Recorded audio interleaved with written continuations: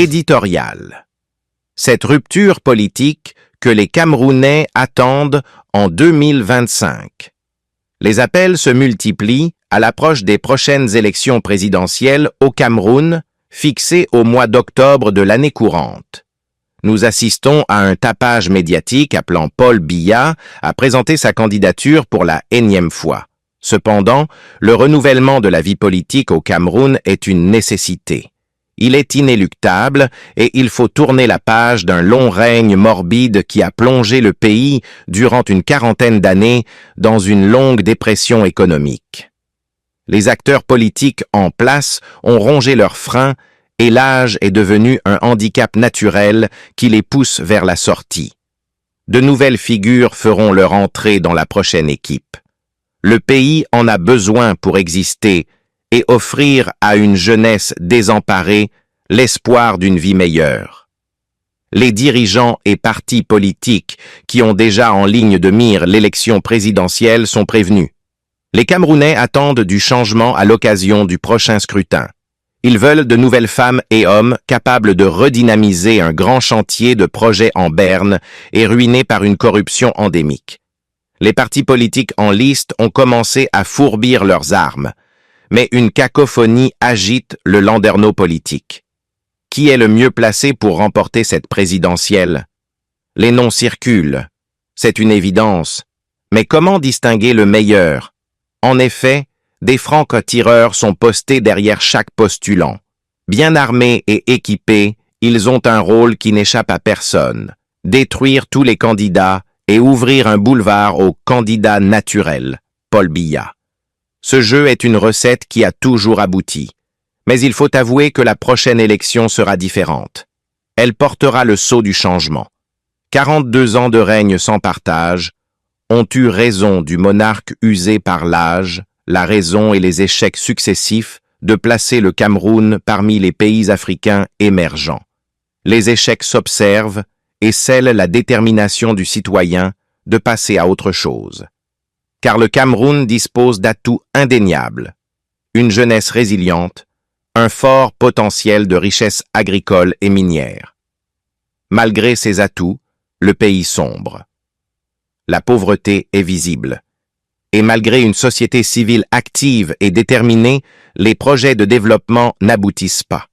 Et pour cause, le pouvoir politique est incapable de génie. Il ne peut se passer de ces mots marqués par la corruption active, le tribalisme et le népotisme. La jeunesse sacrifiée choisit l'exil malgré les dangers de l'émigration. Les images étayées par les médias ne découragent pas les jeunes qui constituent, à n'en pas douter, les forces vives d'une nation ambitieuse. Il faut malgré tout refonder la vie politique. Cette refondation passe par une nouvelle équipe. Celle-ci doit être jeune et libre. Une liberté totale et indépendante des loges occidentales qui ont toujours piégé les dirigeants africains pour les asservir. L'opposition politique actuelle est-elle prête à prendre ses responsabilités? Nous n'en doutons pas. Quels sont les candidats qui se dégagent parmi les prétendants à la magistrature suprême? Sans être excessif, de nombreux noms circulent sans ignorer des putatifs fabriqués par le pouvoir pour diviser et éparpiller les voix. Les réseaux sociaux, comme d'habitude, relaient les plus ambitieux. Nous assistons depuis peu à des joutes oratoires qui animent grossièrement les plateaux de télévision. Le pouvoir gérontocratique en place active sans aucun doute des cellules chargées de détruire les prétendants de l'opposition. Ce traquenard a ses limites car le peuple a conscience de son rôle et de ses devoirs. C'est pourquoi les jeunes sont invités à s'inscrire sur les listes électorales. Les pièges sont nombreux pour les refouler car le pouvoir a pris conscience des enjeux politiques. Le besoin d'un changement majeur s'impose naturellement. Et si la force de l'opposition est de s'unir? Cette équation bat de l'aile pour le moment, mais elle peut prendre corps car seule l'union fait la force. Nos vaillants prétendants devraient s'accorder sur cette condition.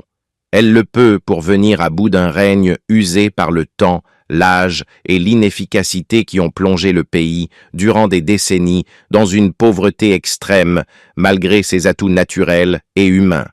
Le changement est là, Il est possible si tous les acteurs s'unissent. Et ce changement n'est possible que si nous brisons ensemble les chaînes du tribalisme, de la médiocrité, de cette incapacité à se renouveler et à quitter la vie politique en beauté. Nous en sommes capables. Pour y parvenir, ayons ensemble un examen de conscience pour vaincre cette addiction à l'argent facile de la corruption. Signé Michel Lobé-Etamé, journaliste indépendant et essayiste. Réalisation JMTV+. Merci de continuer à suivre nos publications sur jmtvplus.com.